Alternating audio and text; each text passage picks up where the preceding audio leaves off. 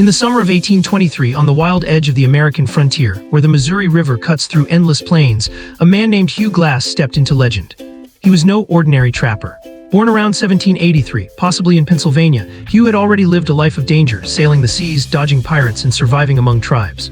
But nothing prepared him for what waited in the thickets near the forks of the Grand River in what is now South Dakota. He was hunting for meat when he surprised a mother grizzly with her 2 cubs. She charged, claws ripped flesh. Teeth tore into his back, his sides, his throat.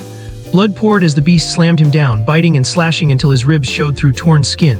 His companions rushed in and fired their rifles, finally killing the bear.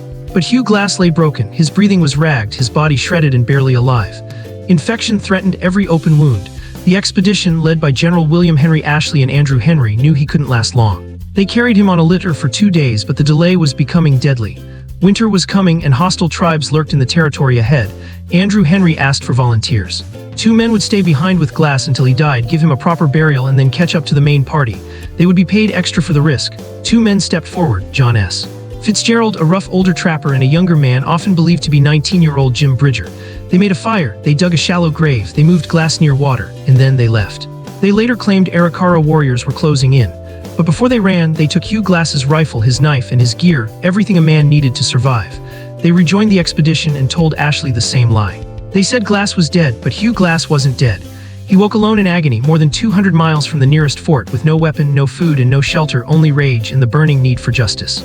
With shattered bones and torn flesh, he refused to die. He set his own broken leg with a crude splint. He wrapped himself in the bear's hide that had been left behind like a shroud, and he began to crawl. Day after day, he dragged his body through thorns and rocks, across rivers and endless plains. He ate berries, roots, and insects. When infection set in, he allowed maggots to clean the rotting flesh, nature's harsh surgery, keeping him alive when nothing else could. He drifted downriver on a crude raft along the Cheyenne River. He stumbled upon buffalo carcasses left behind by wolves and tore scraps from them just to survive. For weeks, the frontier tried to kill him again and again. But Hugh Glass refused. 6 weeks later, half dead and scarred beyond recognition, he staggered into Fort Kiowa on the Missouri River. The men there thought they were seeing a ghost. Glass recovered slowly, but the betrayal burned deeper than any wound. He rejoined Ashley's company, and when his strength returned, he set out to find the men who had left him for dead. First, he tracked down the younger one believed to be Bridger near the Bighorn River. When Glass found him, the boy was terrified, pale, shaking. Hugh could see the shame written all over him. He realized the young trapper had likely been swayed by Fitzgerald, the real instigator. Glass raised his rifle, then he lowered it. "For your youth," he said, "I forgive you. No blood, no violence. Only mercy, the kind that can haunt a man longer than any bullet." But Hugh Glass wasn't finished. Next came Fitzgerald. Glass learned Fitzgerald had enlisted in the U.S. Army at Fort Atkinson in Nebraska. A soldier now protected by the uniform. If Glass killed him, he would be hunted down and hanged. Still, Glass confronted him anyway. He demanded answers. He demanded his stolen rifle back. An Army officer intervened. Fitzgerald was forced to return the gun, and he paid compensation, some say around $300, a fortune in those days.